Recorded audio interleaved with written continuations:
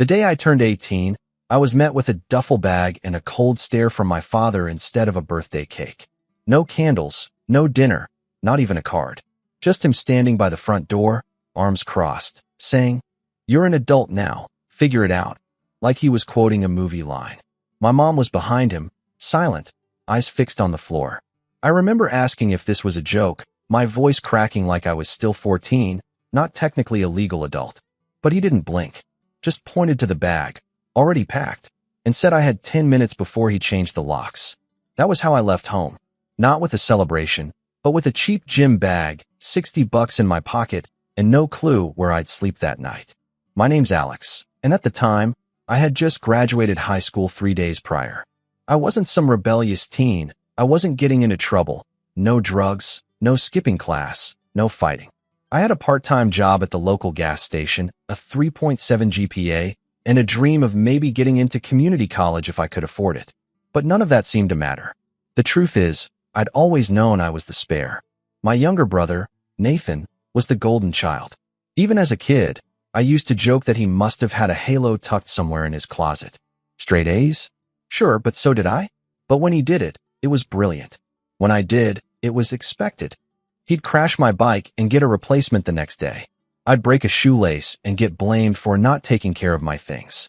Nathan was 2 years younger, but they treated him like the heir to a throne I didn't know existed.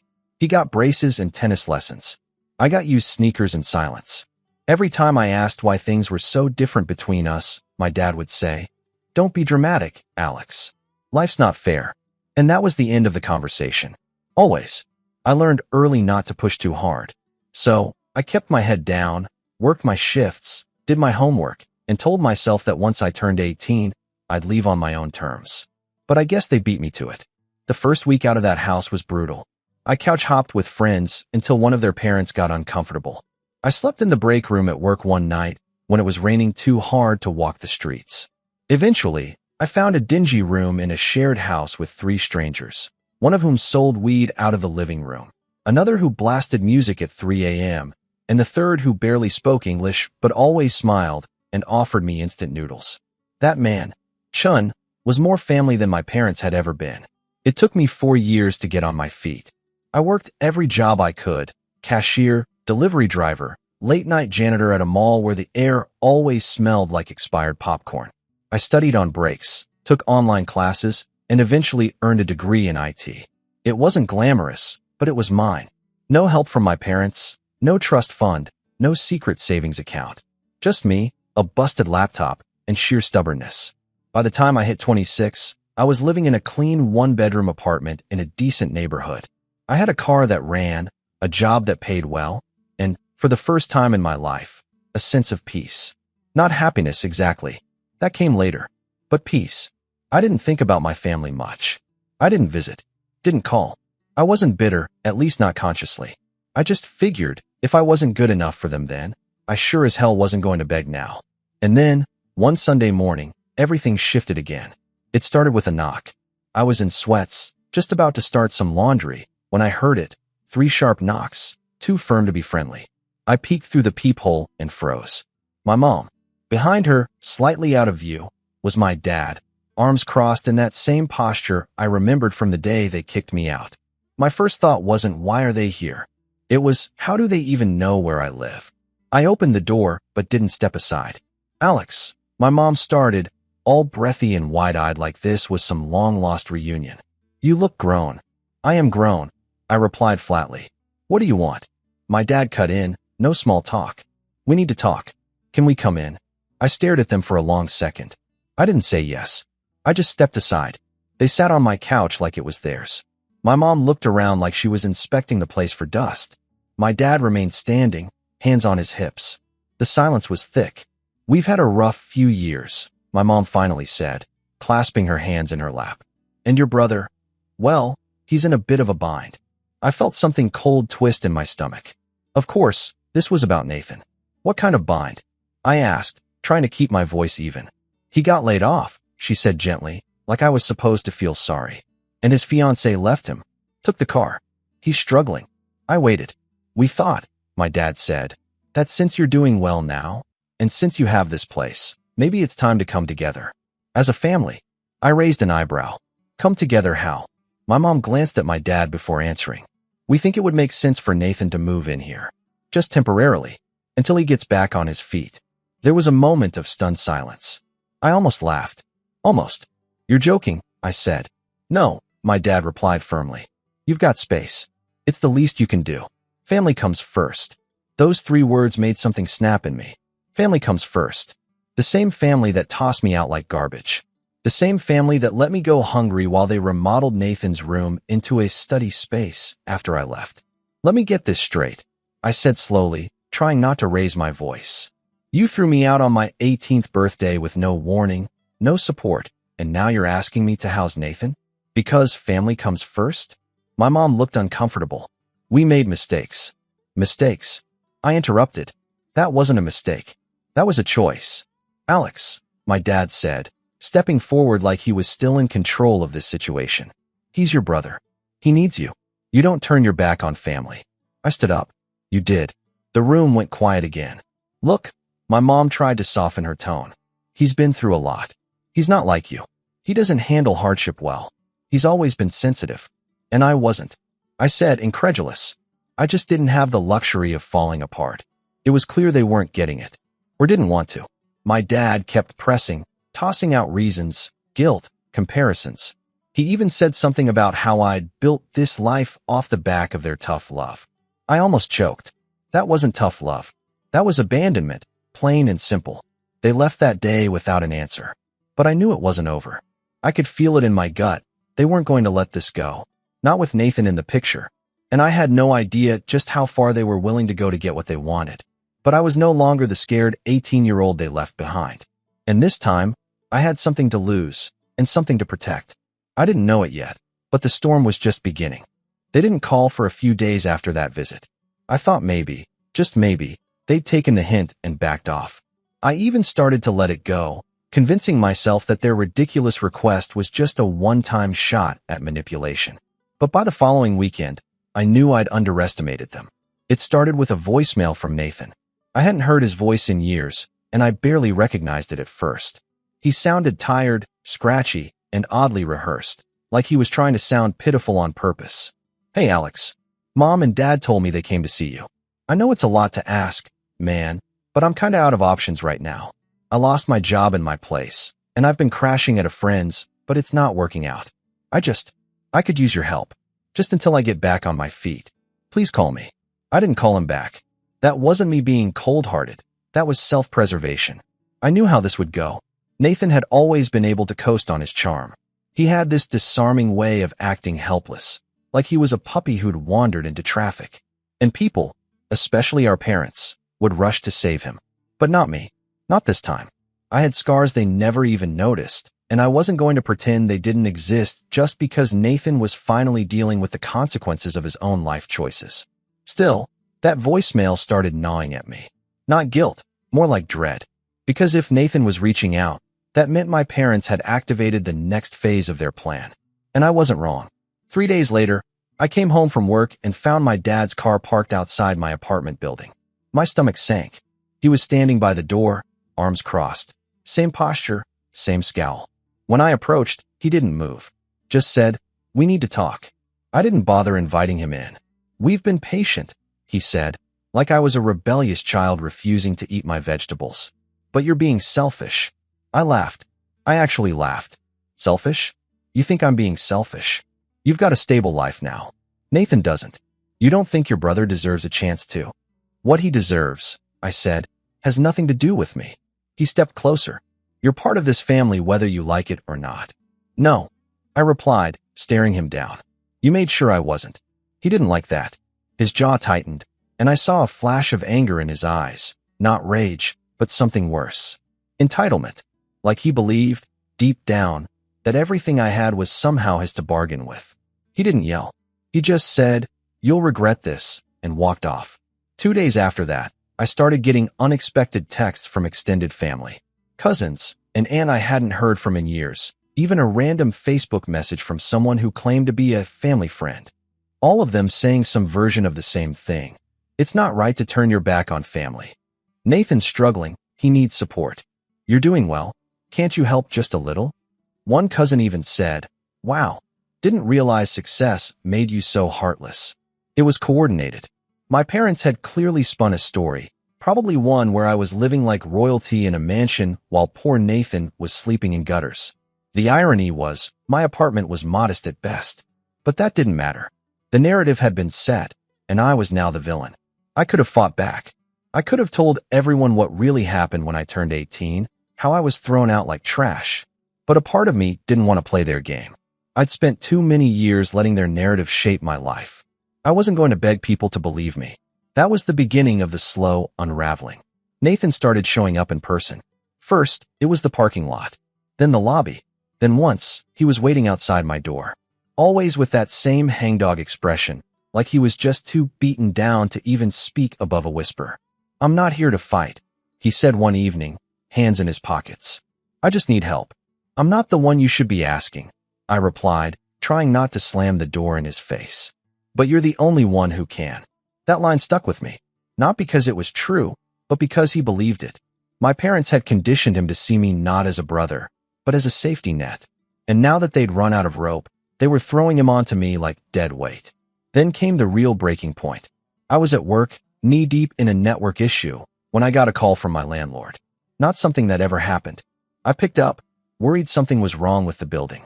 "Hi, Alex," he said, sounding unusually cheerful. "Just wanted to confirm you're moving out by the 1st, right?" I blinked. "Wait, what?" "Well, your brother stopped by this morning. Said you were moving out and transferring the lease to him. He had paperwork and everything." My heart dropped into my stomach. "No," I said slowly. "I never said that. I'm not moving out." There was a pause. "Oh, he said you asked him to handle it while you were at work." I couldn't speak. My fingers were shaking. "Don't worry," the landlord added quickly. "Nothing's changed yet. I figured I'd call to confirm, just in case." I hung up and rushed home. Sure enough, when I got there, Nathan was waiting outside my door again. But this time, he had a backpack with him, and a smug look on his face. "What the hell did you do?" I snapped. He had the nerve to look confused. "What do you mean? You told my landlord I'm moving out? Are you insane?" He shrugged. "I figured you'd come around eventually. I was just speeding things up." "By lying? By forging my name?" "It's not forgery if we're family," he said, like that made any kind of sense. "I was just trying to help." I stared at him, stunned. "Help who?" "You. Me. Everyone. This back and forth is tearing the family apart. Once I'm settled in, we can fix all this." That was when I realized something. Nathan didn't see what he was doing as wrong. He honestly believed he was the victim, that he was entitled to my apartment, my life, my stability. And the scariest part? He didn't even see me as a person. I was just the next stepping stone. That night, I locked every window and door. I texted my landlord and told him under no circumstances was anyone allowed to make changes to my lease but me. I changed my locks the next morning. I even bought a small camera to put in my entryway. I didn't care if it was paranoid. I needed proof if anything else happened. And it did. The next week, I came home to find my lock scratched. Not broken, but clearly tampered with. I checked the footage. It was my father. He had tried to break in. That was it. That was the moment I stopped waiting for them to be decent. The moment I accepted they weren't just entitled, they were dangerous. I wasn't going to defend myself anymore. I was going to prepare. And if they thought I'd sit quietly while they tried to dismantle my life piece by piece, they had no idea who they were dealing with. Because this time, I wasn't alone. And I wasn't playing defense anymore. Now I was planning something they would never see coming. When I watched that footage, my father, trying to pick my lock like some second-rate criminal, I didn't feel fear. Not at first. I felt cold. Numb. There was this strange, delayed silence in my brain, like my mind was buffering what I'd just seen. He didn't even wear gloves. No mask. Just a baseball cap and a jacket I recognized from my childhood, like he'd just come from the grocery store and decided to casually commit a felony on his way home. The only reason he didn't get in was because I'd changed the lock that morning. And in that moment, I realized something I hadn't allowed myself to feel in years. I was scared. Not because I thought they'd hurt me physically, though at that point, I wasn't ruling anything out, but because I'd finally accepted what I'd been denying since I was 18. They didn't love me. Not really. Maybe they loved the idea of me. The version that quietly disappeared, didn't cause trouble, didn't get in Nathan's way.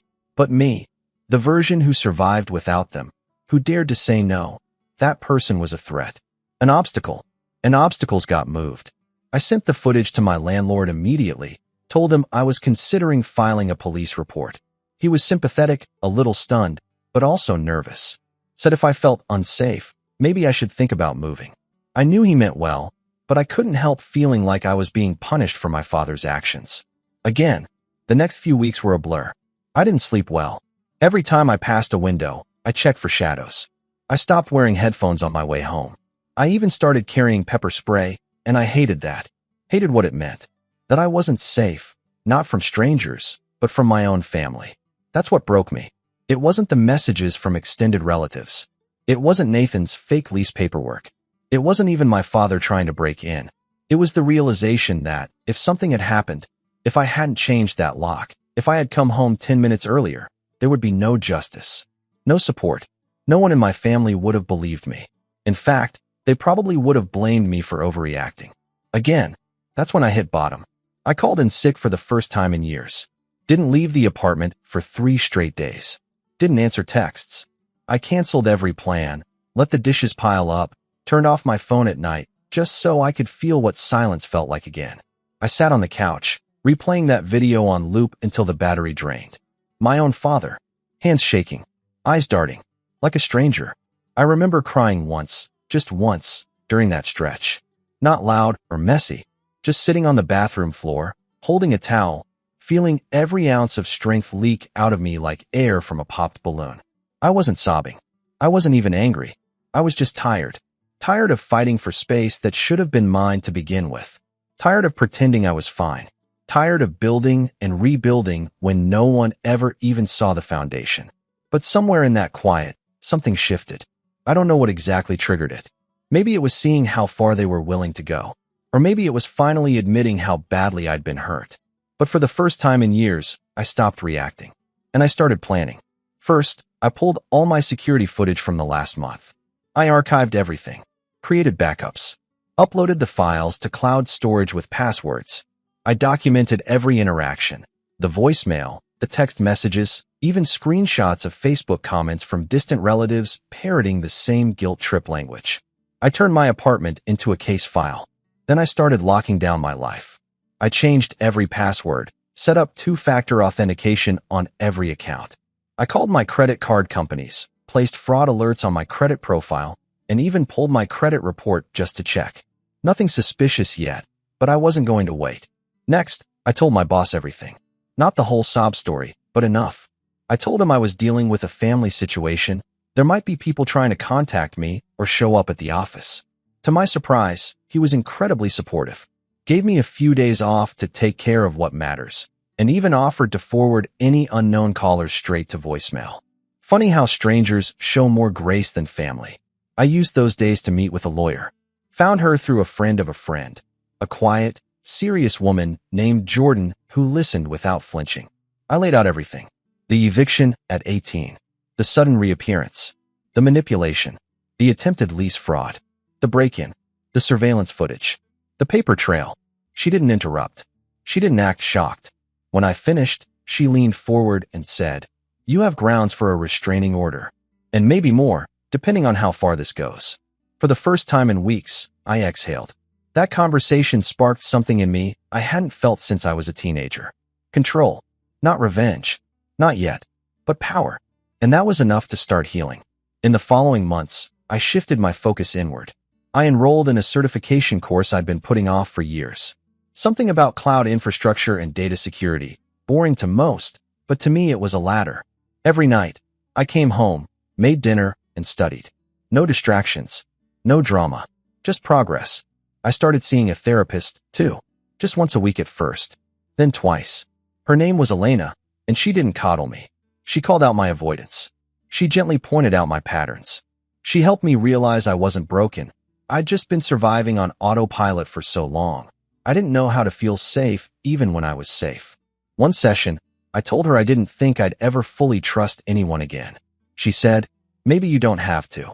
Maybe it's not about trusting everyone. Just learning how to trust yourself not to let them get too close." That stuck with me. Over time, I made new friends. Real ones. People who didn't want anything from me. I joined a running group, which, if you knew me, would sound hilarious. And somehow, sweating alongside strangers made me feel human again. I even started dating casually. Nothing serious. But I smiled more. Laughed, even. Sometimes I caught myself walking around my apartment, just content. I hadn't felt that in a decade. But that peace came with clarity.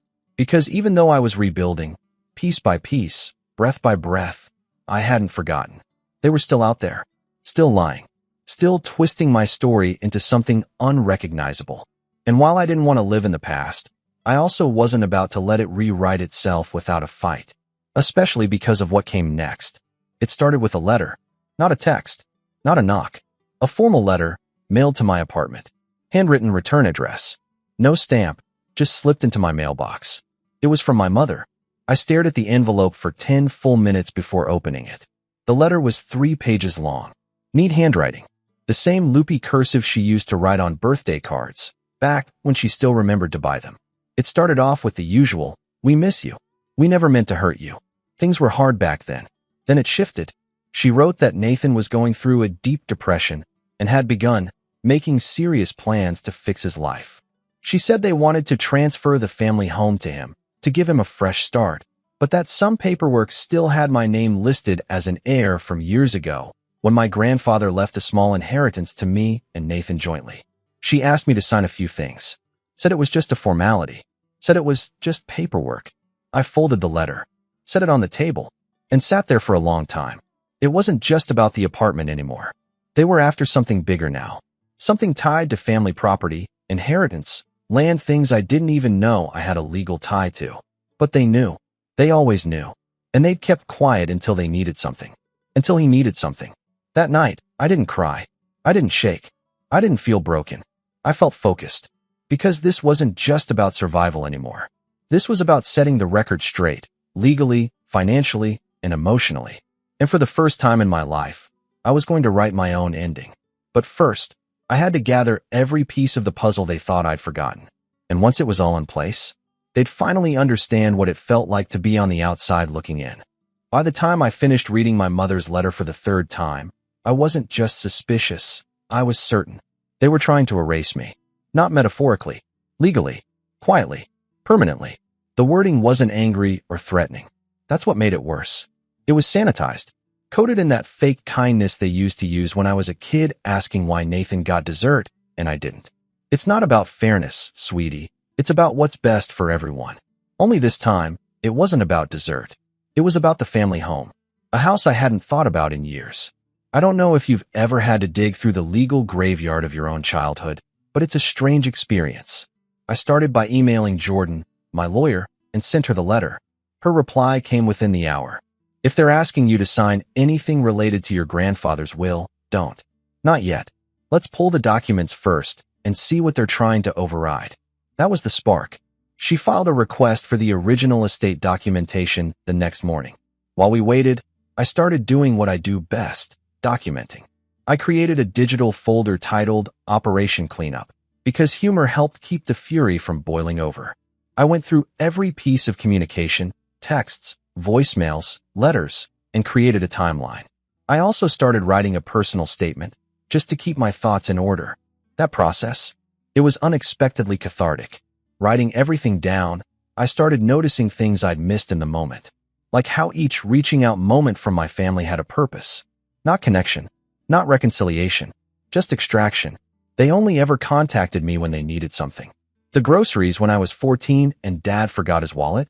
That turned into a "you owe us for raising you" argument by dinner.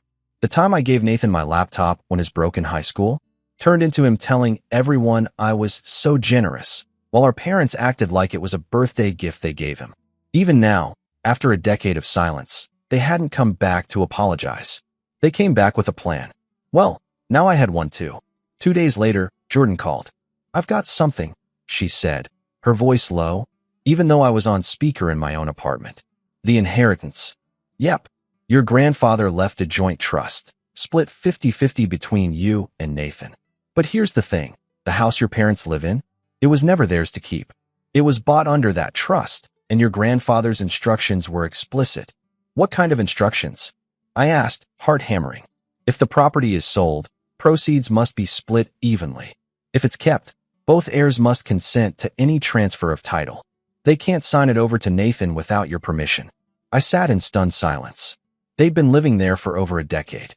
They must have known, or at least suspected, which meant this whole time, they were hoping I'd either never find out or be naive enough to sign it away without asking questions. Jordan continued, "If you want, we can put a formal block on any attempts to transfer ownership, but it might alert them that you know." "No," I said slowly. "Let them think I'm still considering it. I want them to get comfortable." She was quiet for a second. "Alex, are you planning something?" "I'm planning to make sure they never try this again." The setup took weeks. Step 1 was information. I requested property tax records, deed history, and every document tied to the trust. Jordan handled most of the legal side, but I wanted to understand it. The more I read, the angrier I got.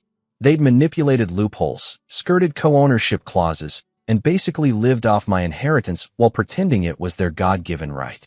Even their renovation permits listed Nathan's name as future beneficiary. Step 2 was silence. I didn't respond to the letter. I didn't call. I didn't push back. And that drove them nuts. A week later, I got a follow-up note from my mom. Shorter, more emotional, filled with underlined words like family and unity and legacy. There was even a little line at the end that made me laugh out loud. "We hope you're not letting old wounds cloud your judgment." Cloud my judgment? They made me homeless on my birthday. But I stayed quiet. Let them believe I was still the hesitant, soft-spoken kid they booted at 18. Meanwhile, step 3 was already in motion: allies. I started by calling my cousin Rachel. We weren't close growing up. She lived across the state, but we'd always gotten along. She had messaged me months ago during the family guilt campaign, but she wasn't aggressive like the others. Just confused. Curious. She picked up on the second ring. "Alex. Hey, Ratch. Got a second?" That one conversation opened a floodgate. Turns out, Rachel had her own issues with my parents. And Nathan, especially Nathan. At a family reunion a few years back, he'd cornered her husband about investment opportunities, trying to sell him on some shady crypto project. She'd never trusted him since. Once I told her what was really going on, the property, the trust, the manipulation, she was furious. I knew something was off when Aunt Linda acted like they owned that house outright. I remember Grandpa always saying it was for the boys, not for Nathan. We talked for an hour. Before hanging up, she said, "Whatever you're planning, I'm in." After that, I reached out to 3 more cousins, 2 of whom had also been iced out of the family for minor offenses, like dating someone not respectable or moving out of state without permission. Same story, different details. Within a week, I had a mini network of black sheep, all of them willing to back me up publicly if things went sideways. Some of them had old photos, letters, even voicemails that hinted at the trust situation, evidence that would further establish that my parents knew the terms and just chose to ignore them. But the final setup? That came when I got a call from Nathan himself. I let it go to voicemail. His tone had shifted again, no longer pitiful. Confident. A little smug. "Hey, Alex. Look, I know you're taking your time with the paperwork, but just a heads up. Mom and Dad are getting everything finalized with the lawyer. We're hoping to wrap things up this month. It'd be easier if you just signed and sent it over, but I get it. Sometimes you gotta feel like you're in control. Just don't take too long. Family's watching." That message was the last piece I needed. They were moving forward. Illegally. And they'd left a breadcrumb trail of intent in writing. Perfect. The next morning, I met Jordan at her office and outlined my final plan. We drafted a cease and desist letter to their lawyer, citing the exact clauses of the trust they were violating. But instead of sending it immediately, we waited. I wanted to time it perfectly.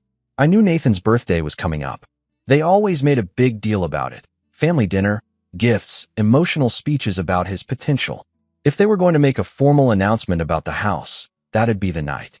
Jordan agreed to be on standby with the letter and injunction paperwork, just in case. But I had one more card to play.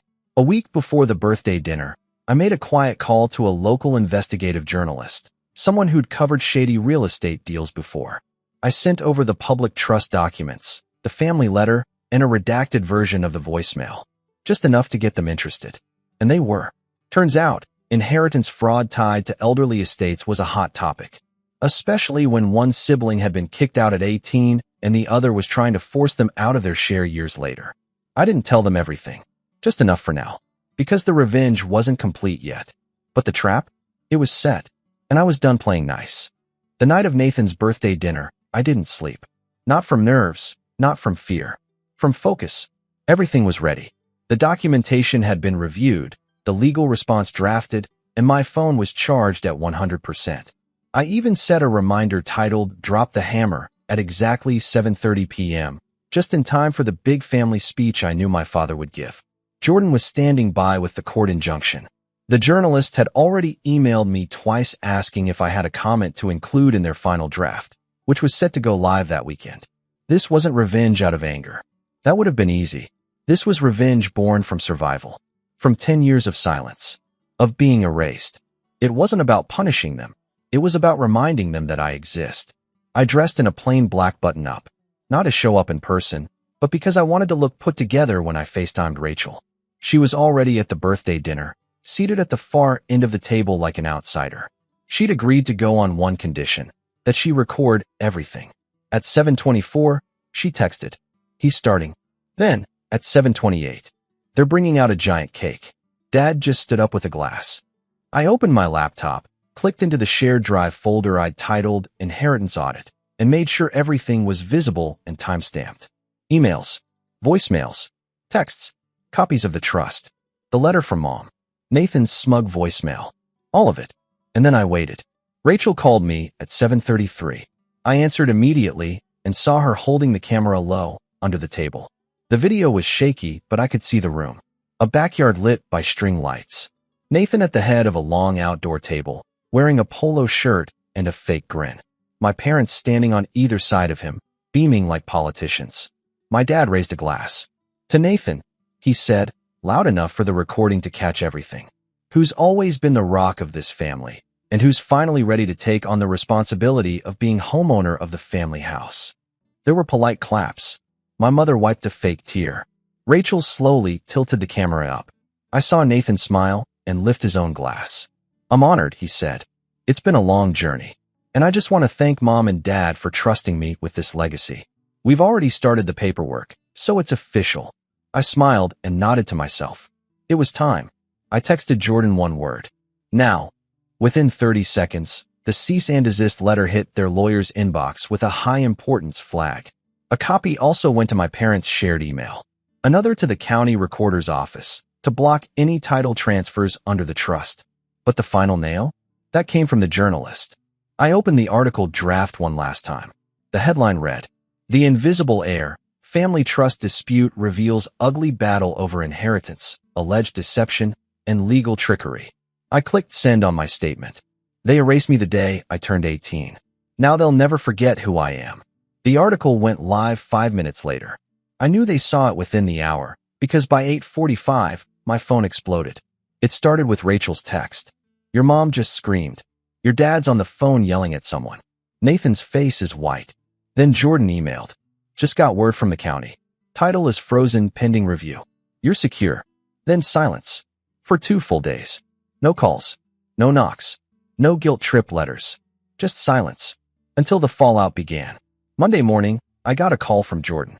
"They're pushing back," she said calmly. Nathan's lawyer responded, "But it's sloppy. They're claiming implied transfer rights, but the trust is airtight." This is exactly what we expected. What's our next step? We counter with evidence. Full documentation of your occupancy termination at 18. The inheritance clause. Their attempts to coerce and misrepresent your position. It's not just civil court territory anymore. We may be talking criminal fraud. That word, fraud, felt like justice. It wasn't just that they'd try to take the house. It was the fact that they'd planned it so carefully, assuming I wouldn't fight back. That I was still the weak one. The invisible one. But the truth was, they never bothered to check who I'd become. Over the next 2 weeks, the article picked up traction. Not viral, but enough to stir some attention in our small town. A few neighbors reached out, asking if I was okay. One even said, "Your dad always talked about how proud he was of his 2 sons. Didn't know they meant one." I didn't reply. Let the truth do the talking. Legally, the house was locked in a holding pattern. Any sale or title transfer was impossible without my signature. Their lawyers started backing off. Fast. especially when Jordan filed a formal report with the State Bar Association citing ethical violations in the attempted deed transfer without full heir consent. That got their attention, but the real fallout? It happened within the family. Word started to spread. Rachel told me that Aunt June confronted my parents at church and asked if the article was true, that she'd always wondered why I never came around anymore, that maybe they owed me more than a phone call. Then my cousin Will posted the article on Facebook with the caption, "Funny how some people forget who helped build the foundation when they're decorating the living room." One by one, the cracks deepened. My parents tried damage control. My mom sent a long email titled "Our Side of the Story," claiming I was twisting facts, that they were just trying to do right by both sons. It was filled with passive-aggressive digs and fake apologies like, "We're sorry you feel wronged," and "You've always been too sensitive." I forwarded it to Jordan. She laughed and said, "This is gold. Keep everything." Then Nathan finally called me.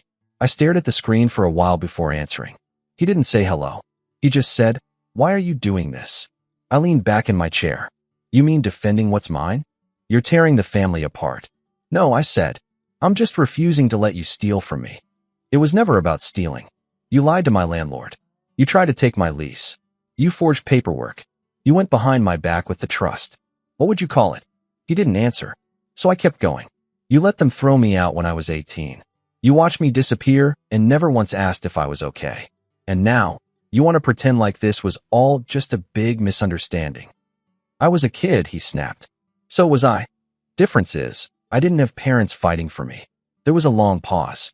Then, quietly, he said, "They're going to lose the house." I didn't say anything. "Do you even care?" I thought about that. About how many nights I spent wondering why I wasn't enough. About the times I'd rehearsed family conversations in my head just to feel sane. About the empty birthdays. The lonely holidays. The silence that swallowed my 20s whole. "No," I said finally. "I care that they remember why." A month later, the final paperwork came through. The house was to be sold. Per the trust, I would receive half of the proceeds, over $180,000. My parents would need to vacate within 90 days. Jordan handled the logistics. I never saw them in court, but I did get one last envelope. No return address. Inside was a photo of the house, the backyard, the table where Nathan had made his little speech, and scribbled in black ink across the top were the words, "Hope you're happy." I pinned it to my fridge, not as a trophy, but as a reminder that silence doesn't mean weakness, that distance doesn't mean defeat, and that sometimes the best way to get the last word is to build a life where they don't get a say at all. And that's exactly what I did.